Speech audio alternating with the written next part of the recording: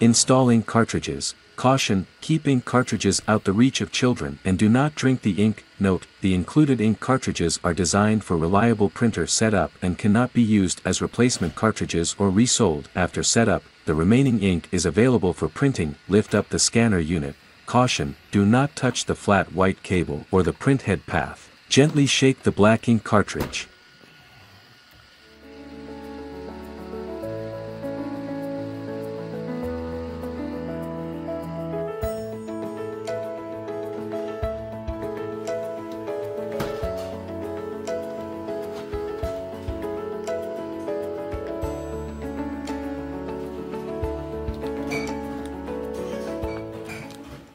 Note, do not shake the photo black PB or other ink cartridges. Unpack the ink cartridges, remove the cap from each ink cartridge, save the caps and use them to recap the ink cartridges. After removing them for storage or disposal, insert the ink cartridges at an angle in the holder for each color, press each cartridge down until it clicks, lower the scanner unit.